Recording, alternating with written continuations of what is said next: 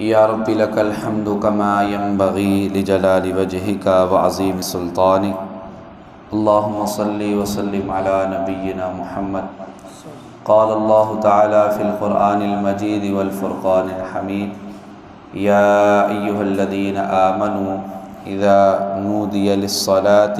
من یوم الجمعة فاسعوا الی ذکر اللہ وذروا البیع۔ اللہ رب العزت کی حمد بیان کرتے ہیں، لاکھوں کروڑوں درود و سلام نبی مہرباں پیارے پیغمبر جناب محمد رسول اللہ صلی اللہ علیہ وآلہ وسلم کی ذات اقدسہ مطہرہ مشرفہ مکرمہ ہے۔ جس طرح اللہ رب العزت کی ذات نے تمام مہینوں میں سے رمضان المبارک کو بہت زیادہ اہمیت دی ہے، بلکہ تمام مہینوں کا سردار بنایا ہے، بالکل اسی طرح دنوں میں سے جمعۃ المبارک کا جو دن ہے وہ تمام دنوں کا سردار ہے۔ اس دن کے حوالہ سے نبی صلی اللہ علیہ وسلم کی چند سنتیں ہیں۔ آپ صلی اللہ علیہ وسلم نے کچھ طریقے بتائے ہیں، کچھ کام بتائے ہیں جو ایک مسلمان پر لازم و ملزوم ہیں۔ سب سے پہلی بات تو یہ ہے کہ ہمیں اس دن کی اہمیت کا پتہ ہونا چاہیے۔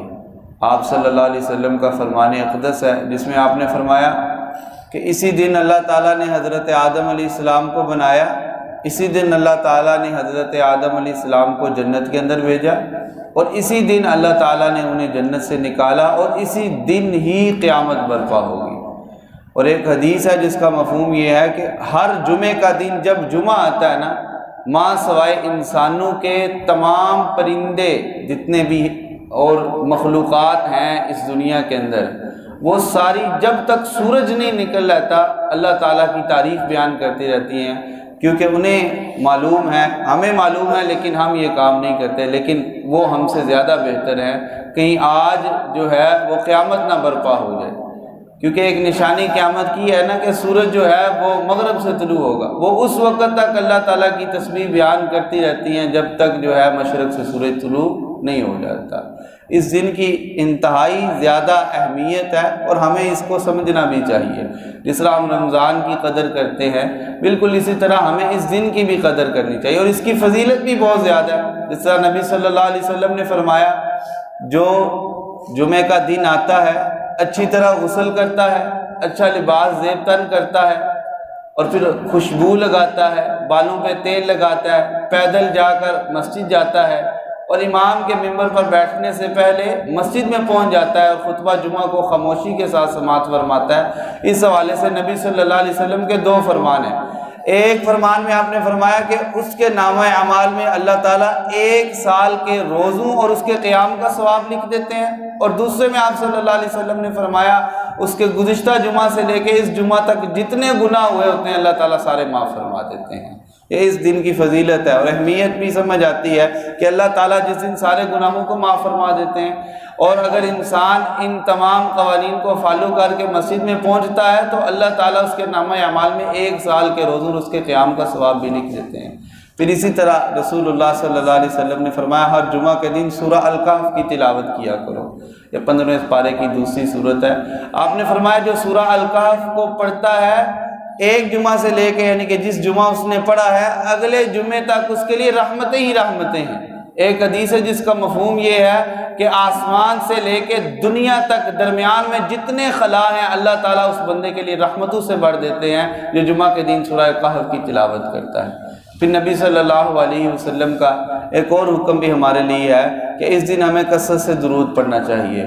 ایک تو اللہ تعالیٰ کا حکم ہے ان اللہ وملائکتہ یصلون علی النبی یا ایھا الذین آمنوا صلوا علیہ وسلموا تسلیما، کہ جس طرح فرشتے اور اللہ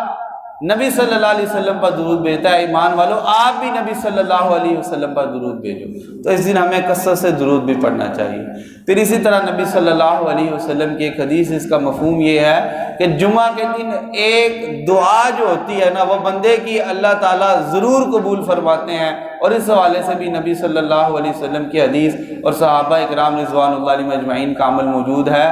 آپ صلی اللہ علیہ وسلم خطبہ جمعہ کے دوران جو وقت خاموشی کا آتا ہے اس دن اس وقت کے اندر آپ دعا فرماتے اور یہاں عصر کے بعد نبی صلی اللہ علیہ وسلم کی واضح حدیث ہے کہ جمعہ کے دن نماز عصر کے بعد جب تک مغرب کا وقت نہیں ہو جاتا اللہ تعالیٰ سے